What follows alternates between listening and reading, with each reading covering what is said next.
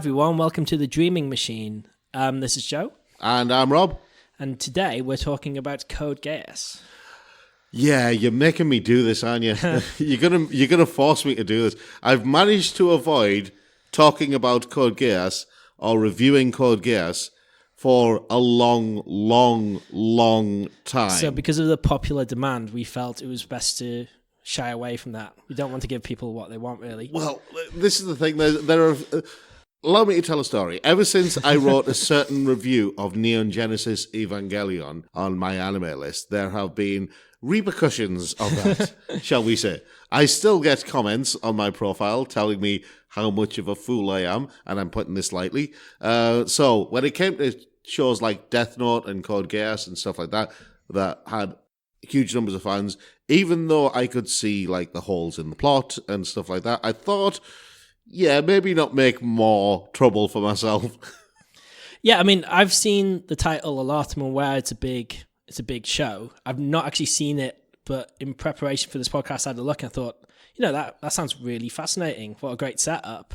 See, Code Geass is one of those shows where it has a lot that would make it eminently watchable. I mean, it starts off with this really kind of catchy theme tune. I think it's by Colours. Is the band name. I think they did the main theme for Eureka 7 as well. The thing is, I hate to say it like this, it's one of those ones where high schoolers must save the world because the adults are incapable of doing it. Well, I mean, I think we can all relate to that in a way. I'm not sure high schoolers are the answer necessarily. Well, apparently, right, let's start off at the beginning. You have... so is this there's a whole bunch of spin-off from Code Geass, isn't it? So but we're talking about the core main series. That's the one that came out originally in 2006 that I've been avoiding covering since it came out in 2006. Very popular. Yeah, okay. Right. It starts off with Lelouch Lamperouge. He is in hiding along with his sister Nunnally. And they are in hiding at this school for the elite. That's really a good place to hide. Very prominent hiding place, for sure, yeah. Lelouch is there with his sister Nunnally and his best friend. His real name is Lelouch V. Britannia, the son of Emperor Charles V. Britannia and his royal consort Marianne V. Britannia. Lelouch and his sister are present when the Empress is murdered. His sister's been so traumatized that she's basically gone blind, and Lelouch has sworn bloody revenge on whoever's responsible. Well, so someone's so traumatized they go blind? Apparently, yeah. And so they are political pawns. Sure. And it's all about the Britannia Empire's invasion of Japan and the conquest of Japan. So you're immediately thrown into this political intrigue, this backstory. Yeah. 7 years later, Lelouch, now called Lamperouge, he is at Ashwood Academy and he becomes involved in a terrorist attack. And he becomes involved in a terrorist attack while he's on his way home from a chess game, which he wins because apparently he is a genius when it comes to the old strategy and tactics. He is involved in a terrorist attack and he discovers this green-haired girl called Cece, who's basically, unconscious. And so... I feel like I should be taking notes here. There's a lot to... There is a lot to take in. So anyway, his friend Suzaku, he basically is with him all the time, and there's an interesting byplay that comes into play with Lelouch and Suzaku and various other characters as well.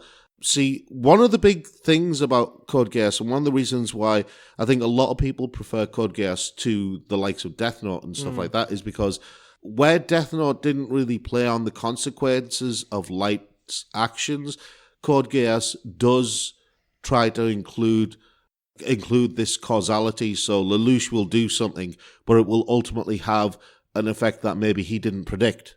That's one of the good aspects of Code Geass, right? It's kind of juvenile in certain ways, but that's okay. It's telling a story, and I can accept that. In terms of the animation, for its time, it was very good. I mean, okay, it's dated a little bit now, but for its time, it was very good. The voice acting, again, was very good throughout. Okay, the dialogue... the dialogue is just...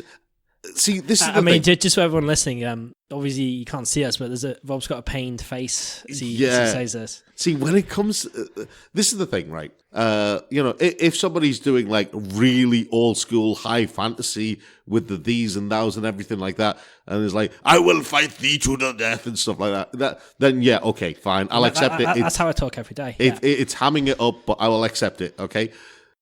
But then you have this really bizarre thing about the dialogue in Code Geass where Lelouch is trying to be serious, but what he's saying is so hilarious during certain serious scenes that I'm just sitting there just chuckling when it's supposed to be serious. But maybe that's just me. I can forgive that as well in anime specifically. Yeah. I think if the themes are there and the plot's interesting, I think given the way it's reached the screen and the translation and everything, I can accept some slightly clunky, maybe corny dialogue in it. The bits that really bug me, though, about Code Geass, and one of the reasons why I am not a fan, there are several reasons. Number one, Lelouch is depicted as being this genius at the old strategy and tactics, right? Which the chess games are supposed to highlight and stuff like that. But he continuously makes these very, very basic, almost rookie mistakes, which somebody who has been planning and strategizing, after the first couple of mistakes, you'd think they'd learn. Right? I can forgive the first couple, but he keeps making these mistakes all the way through like 2 entire series of Code Geass. Sure. One of the biggest, and the show's 14 years old now, and so it's not really much of a spoiler, but it is kind of a spoiler. So I will just say, when he gets his abilities from CC the first time, right? If Lelouch was as careful as he's supposed to be, and as cunning as he's supposed to be, one of the first questions he would have asked is, can my abilities go out of control? Is this an issue because it breaks the character? It basically has a major impact on the story later on. And if Lelouch was the kind of guy... See, Lelouch is supposed to not trust anybody, right? He's supposed to be very, very, extremely distrustful of anyone except his sister and his best friend, Suzaku. And even his best friend, he doesn't trust fully. So Lelouch is that type of character. So somebody comes along and says, okay, I'll give you this ability. You now have this ability where you can basically give someone an order, but after you give them an order, you can't order them again, right? Yeah, that's the main power he has in the show, as I understand it, yeah. But he never once asks, can this power go out of control? What happens if I lose control of this ability? Which is where the story kind of breaks down a little bit. That's why I said it kind of gets a bit juvenile. Lelouch, using his abilities, goes on this quest of vengeance, this quest of rebellion, wanting to lead Japan to overthrow the Britannia Empire, and then lead Japan to basically get his revenge. But everybody is basically a pawn in his hands. I just kept thinking, well, yeah, okay, I can again understand why the story is written this way, but it seems a bit...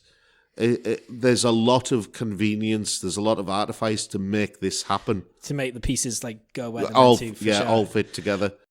There's obviously some action there. There's we've not even talked about the robots fighting each. The mech battles are good. The action's good. It's very smooth. It's the animation during those sequences is very, very good indeed. Again, it's one of the high points of the show. The relationship between the breakdown of the relationship between Lelouch and Suzaku is an interesting byplay. I think that's one of the areas where things do develop in an interesting way. To be fair, though, the action can only be so good as a spectacle, but to get properly invested in it, you have to believe in the characters, the motivations, what they're doing. I found this with... I think I was watching Flip Flappers.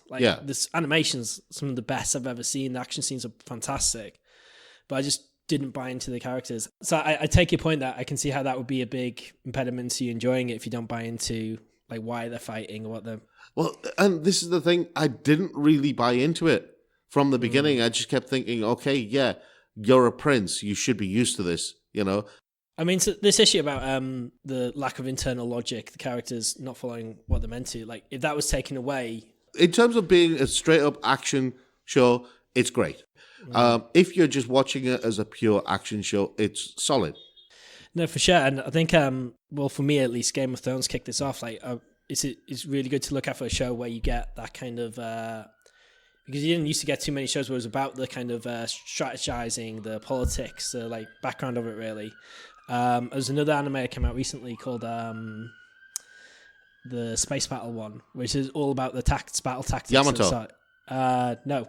Oh, you're on about the Legend of Galactic Heroes? Yes, Galactic Heroes. So that's another show where the dialogue's incredibly clunky and it's like just throwing exposition at you all the way through. But you know the themes. Are you watching the remake? I'm watching the latest version. Yeah. Yeah. Okay. So you haven't seen the original version? No.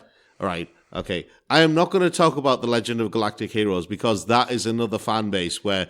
If you say the wrong thing... No, I'm enjoying it. No, if you say the wrong thing about it, you'll get a bunch of people jumping down your throat saying, oh, Legend of the Galactic Heroes is the ultimate anime masterpiece. I guess what the relation here is I'm seeing the appeal of that kind of show because I'm enjoying it because the strategizing, the tactics and things are great. Yeah. They're really enjoyable. Okay, so you finish watching Legend of the Galactic Heroes and in a future video, we'll be talking about that. We will.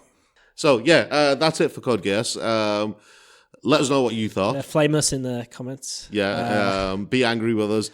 Leave us comments below. And sure. We'll see you on the next Dreaming Machine.